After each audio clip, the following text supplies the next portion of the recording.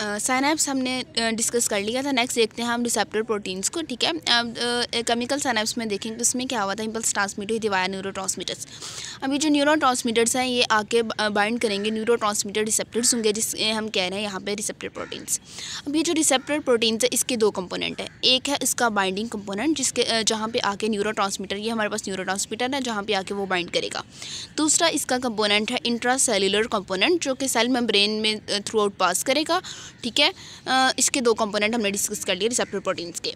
अब दो तरह के जो है ना रिसेप्टर हो सकते हैं न्यूरोट्रांसमीटर के लिए। ऐसे न्यूरोट्रांसमीटर रिसेप्टर्स जो कि हमारे पास आयन चैनल्स बनाते हैं, ठीक है, उन्हें हम कहते हैं आयोनोट्रोपिक रिसेप्टर्स। और ऐसे न्यूरोट्रांसमीटर रिसेप्टर्स जो कि क्या करते हैं, जो कि मतलब अपने साथ बाइंड करते हैं न्यूरोट्रांसमीटर्स को, फिर आगे से प्रोड्यूस करवाते हैं सेकेंड मैसेंजर। तो ऐसे रिसेप्टर्स को हम कहते हैं मेटाबोट्रोपिक रिसेप्टर्स। इसलिए हमारे पास आ गए दो तरह के रिसेप्टर्स, आयोनोट्रोपिक जो वाया आयन चैनल्स न्यूरोट्रांसमीटर्स को ट्रांसमिट करेंगे, और दूसरा मेटाबोट्रोपिक रिसेप्टर्स जो कि वाया सेकंड मैसेंजर्स जो है ना गेटिंग करेंगे न्यूरोट्रांसमीटर्स की।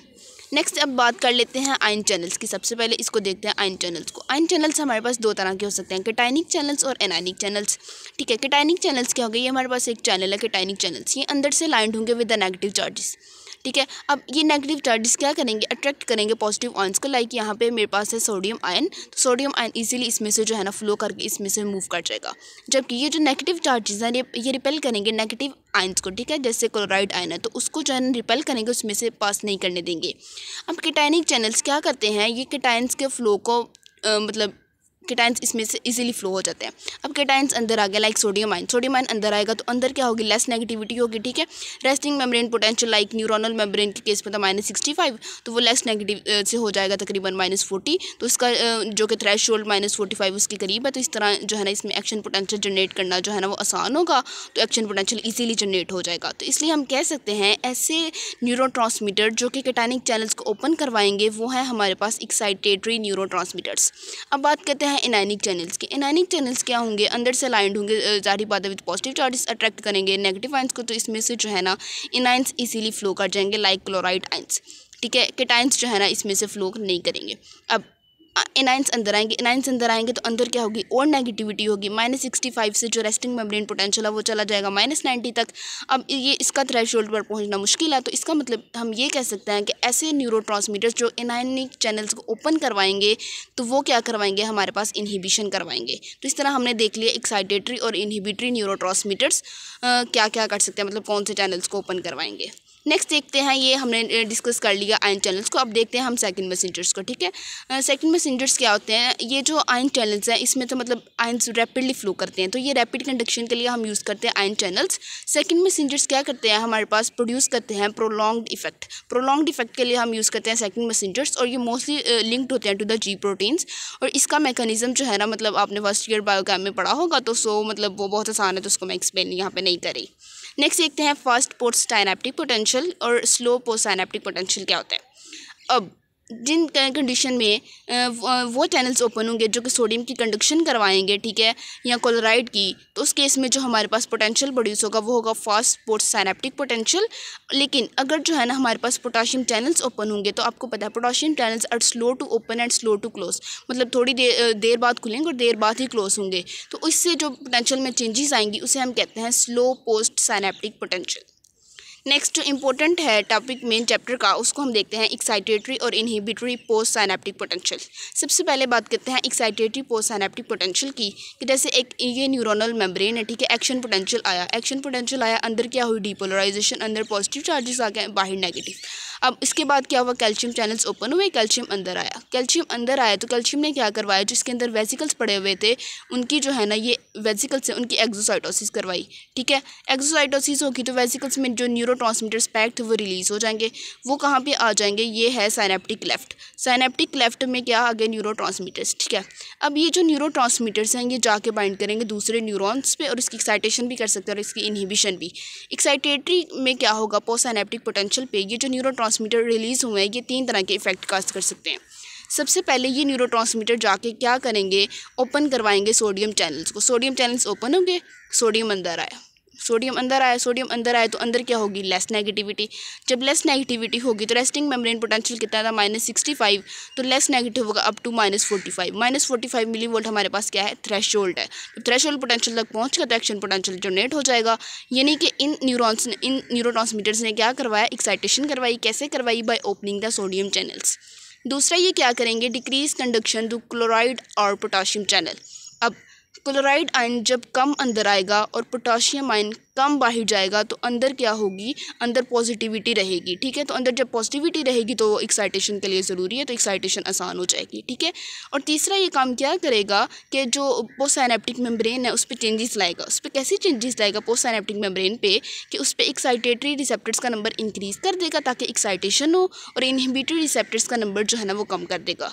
तो इस तरह हमने देख लिया एक्साइटेटरी पोस्टसाइनेप्टिक पोटेंशियल। और इसकी अगर डेफिनेशन की बात करें तो इसमें क्या हुआ है कि -65 से -45 यानी कि पोटेंशियल इंक्रीज हुआ है इन द पॉजिटिव डायरेक्शन, तो इसे हम कहते हैं एक्साइटेटरी पोस्टसाइनेप्टिक पोटेंशियल। नेक्स्ट देखते हैं इनहिबिटरी पोस्टसाइनेप्टिक पोटेंशियल। इसमें क्या होगा, सेम वही फिनोमिना, एक्शन पोटेंशियल आया, डिपोलराइजेशन हुई, कैल्शियम चैनल ओपन हुए, कैल्शियम अंदर आया, उसने वेसिकल्स की एक्सोसाइटोसिस करवा दी, न्यूरोट्रांसमीटर रिलीज हुए। अब ये जो न्यूरोट्रांसमीटर रिलीज हुए हैं वो 3 तरह के जो है ना, इस केस में जैसे इनहिबिटरी की बात करें तो हम कहते हैं कि जो इनहिबिटरी न्यूरोट्रांसमीटर जैसे कि गैबा रिलीज हुआ है, इसका मतलब क्या है, गामा अमाइनो ब्यूटारिक एसिड। ठीक है, ये रिलीज़ हुआ। अब ये जाके जो है ना ये 3 तरह के इफेक्ट प्रोड्यूस करेगा। सबसे पहले ये क्या करवाएगा, ओपनिंग करवाएगा क्लोराइड चैनल्स की। जब क्लोराइड चैनल्स ओपन होंगे तो क्लोराइड ज़्यादा अंदर आएगा। जब क्लोराइड ज़्यादा अंदर आएगा, ये अंदर आ रहा है, ठीक है, क्लोराइड आयन, जब क्लोराइड आयन अंदर ज़्यादा आएगा तो अंदर ज़्यादा नेगेटिविटी जनरेट होगी। ठीक है, अंदर ज़्यादा नेगेटिविटी होगी तो इस स्टेट को हम कहेंगे कि स्टेट ऑफ हाइपर पोलराइजेशन है। ठीक है, लाइक रेस्टिंग मेम्ब्रेन पोटेंशियल -65 और नेगेटिव हो गया -90 हो गया। अब ये जो है ना थ्रेशोल्ड कितना था, -45। अब ये थ्रेशोल्ड से और ज़्यादा दूर हो गया तो इसने मतलब क्या करवाई, इनहिबिशन, हाइपरपोलराइजेशन करवा के। तो ये हमने देख लिया इनहिबिटरी पोस्टसाइनेप्टिक पोटेंशियल में इसका क्लोराइड चैनल्स की ओपनिंग का जो रोल होता है। ठीक है, उसके बाद देखते हैं ओपनिंग ऑफ पोटाशियम। जब पोटाशियम चैनल्स ओपन होंगे, पोटाशियम ज़्यादा बाहर जाएगा। जब पोटाशियम ज़्यादा बाहर जाएगा तो अंदर क्या जनरेट होगी, नेगेटिविटी, और फिर स्टेट आ जाएगी हाइपरपोलराइजेशन की। तो जब हाइपरपोलराइजेशन की स्टेट आ जाएगी तो साइनेप्टिक ट्रांसमिशन की क्या हो जाएगी, इनहिबिशन हो जाएगी। नेक्स्ट तीसरा ये काम क्या करता है कि जो पोस्ट साइनेप्टिक मेम्ब्रेन थी उसमें चेंजेस लाएगा। कैसे चेंजेस लाएगा, जो इनहिबिटरी रिसेप्टर्स हैं उनका नंबर इंक्रीज़ कर देगा ताकि इनहिबिशन हो, और एक्साइटेटरी रिसेप्टर्स का नंबर जो है ना वो डिक्रीज़ कर देगा। ठीक है, तो इसको हमने देख लिया इनहिबिटरी पोस्ट साइनेप्टिक पोटेंशियल को। ठीक है, अब इसकी अगर डेफिनेशन की बात करें तो इसमें सेम यही है कि जो पोटेंशियल है वो ज़्यादा नेगेटिव की तरफ जो है ना गया है, तो हम कह सकते हैं increase in the membrane potential towards more negative value. ठीक है, तो इसे हम कह सकते हैं इनहिबिटरी पोस्ट साइनेप्टिक पोटेंशियल। अब नेक्स्ट बात की हुई है न्यूरोट्रांसमीटर्स की। न्यूरोट्रांसमीटर्स और न्यूरोपेप्टाइड्स में बेसिकली हम डिफरेंस को देखते हैं। ठीक है, न्यूरोट्रांसमीटर्स क्या होते हैं और न्यूरोपेप्टाइड्स क्या होते हैं। अब न्यूरोपेप्टाइड्स का दूसरा नाम होता है न्यूरोमॉड्यूलेटर्स। न्यूरोमॉड्यूलेटर्स से है कि ये साइनेप्टिक ट्रांसमिशंस की जो है ना उसको मॉडिफाई करेंगे, तो इस बेस पे हमने नाम दिया हुआ है न्यूरोमॉड्यूलेटर्स। चूँकि ये मोस्टली न्यूरोमॉड्यूलेटर्स पेप्टाइड्स इन नेचर होते हैं तो इसे हम कहते हैं न्यूरोपेप्टाइड्स। अब इनमें डिफरेंस की बात करते हैं। जो हमारे पास न्यूरोट्रांसमीटर्स हैं ये हमारे पास बहुत ही मतलब स्मॉल मॉलिक्यूल्स होते हैं, लेकिन जैसे हम कहते हैं कि किसी का मास कम है तो उसकी वेलोसिटी ज़्यादा होती है, इस तरह से याद रख सकते हैं कि ये स्मॉल मॉलिक्यूल्स हैं लेकिन जो इनका जो मतलब फास्ट एक्टिंग है। ठीक है, और जो न्यूरोपेप्टाइड्स हैं ये लार्ज मॉलिक्यूल्स हैं और इनका जो एक्शन होता है ना वो स्लो होता है, स्लो एक्टिंग है।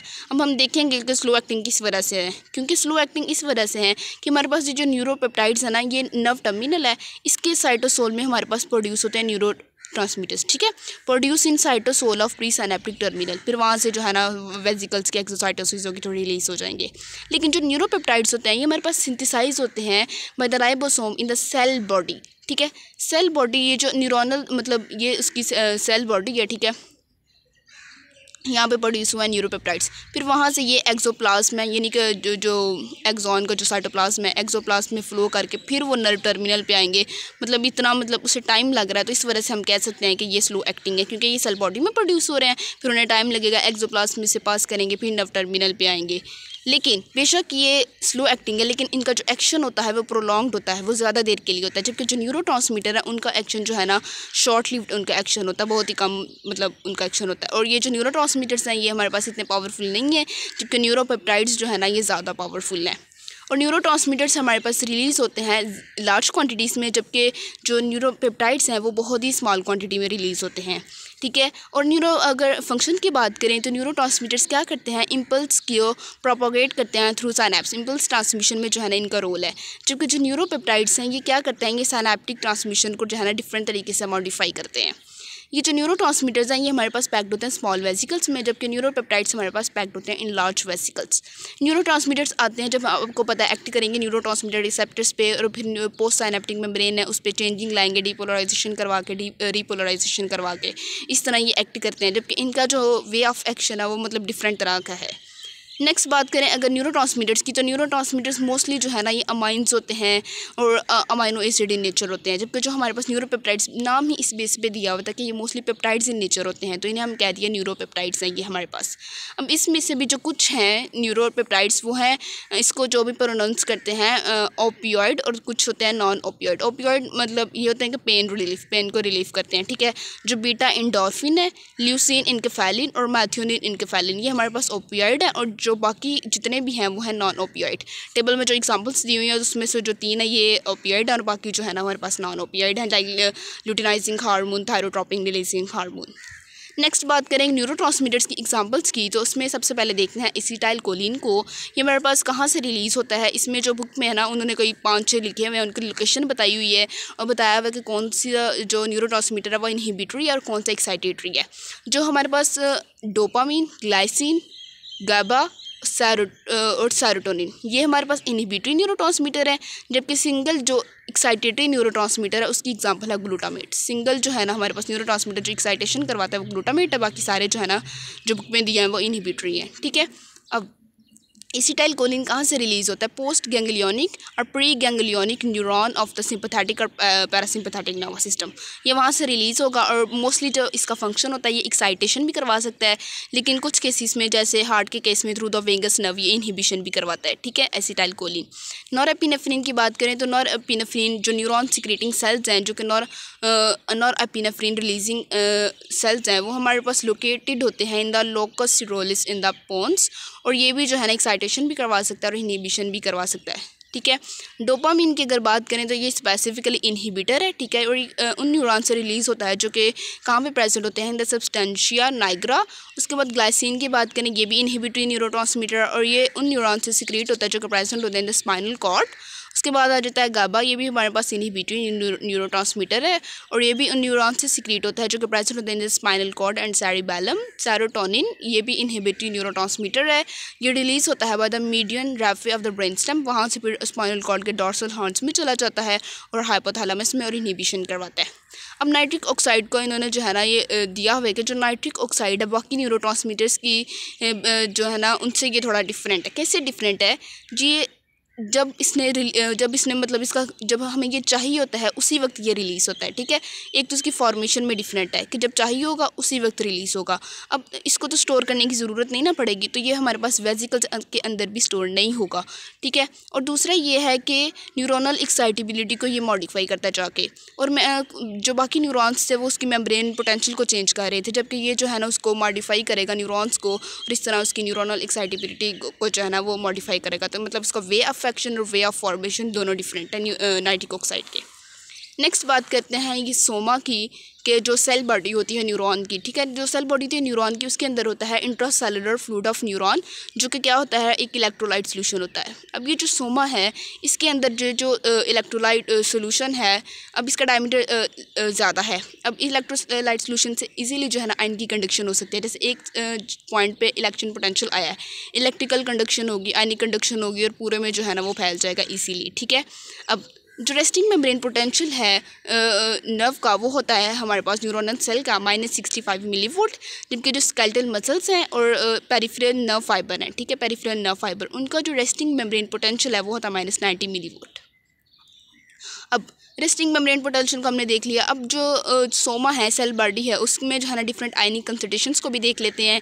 सोडियम जो है ना वो बाहर ज़्यादा होता है 142 मिली इक्विवेलेंट पर लीटर, और अंदर जो है ना वो कम होता है 14। इसकी इन्होंने रीज़न लिखी हुई है कि कुछ सोडियम पंप होते हैं जो कि इसको बाहर निकालते हैं, इस वजह से इसकी बाहर कंसंट्रेशन ज़्यादा है।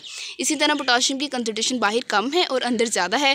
इसकी उन्होंने वजह लिखी हुई है कि पोटाशियम चैनल्स होते हैं कुछ, जो उसको जो है ना अंदर जो है ना वो लेके आते हैं, इस वजह से इसके अंदर कंसंट्रेशन जो है ना पोटाशियम की ज़्यादा है। नेक्स्ट बात करें क्लोराइड की। क्लोराइड की बाहरी कंसंट्रेशन ज़्यादा है और इसकी अंदर कंसंट्रेशन कम है। इसके लिए उन्होंने रीज़न लिखी हुई है कि जो -65 मिली वोल्ट हमारे पास रेस्टिंग मेम्ब्रेन पोटेंशियल है वो इस क्लोराइड आयन को जो है ना वो रिपेल करता है, ठीक है। उसको जो है ना रिपेल करेगा तो क्लोराइड आयन ज़्यादा बाहर जाएंगे, तो इस वजह से जो है ना क्लोराइड आयन की कंसंट्रेशन बाहर ज़्यादा है। इसके लिए कोई जो क्लोराइड पम्प्स है वो हमारे पास बहुत ही जो है ना वो वीक हैं। नेक्स्ट देखते हैं कि जो हमारे पास पोटेंशियल है, जैसे कि एक्साइटेड पोस्टसिनेप्टिक पोटेंशियल जनरेट हुआ था, फिर वो राइज करके एक्शन पोटेंशियल जो है ना वो बनाता है। अब ये जो एक्शन पोटेंशियल है ये कहाँ से मतलब ट्रैवल करेगा, ये न्यूरॉन है ना, ये न्यूरॉन की सेल बॉडी है, ये उसके जो है ना वो डेंड्राइट्स हैं। अब कहते हैं कि ये इसका जो ओरिजिन होगा वो होगा इनिशियल सेगमेंट ऑफ एक्सॉन। क्यों कि जो हमारे पास डेंड्राइट्स और सेल बॉडी है यहाँ पे वोल्टेज गेटेड सोडियम चैनल्स बहुत ही कम होते हैं और यहाँ पे एक्शन पोटेंशियल को जो है ना वो जनरेट करवाना मुश्किल होता है, ठीक है। तो इस वजह से जो है ना एक्सॉन के अंदर जबकि जो है ना वोल्टेज गेटेड सोडियम चैनल्स बहुत ज़्यादा होते हैं, इजीली जो है ना एक्शन पोटेंशियल की ट्रांसमिशन हो सकती है, ठीक है। तो ये हमने देख लिया ओरिजिन। उसके बाद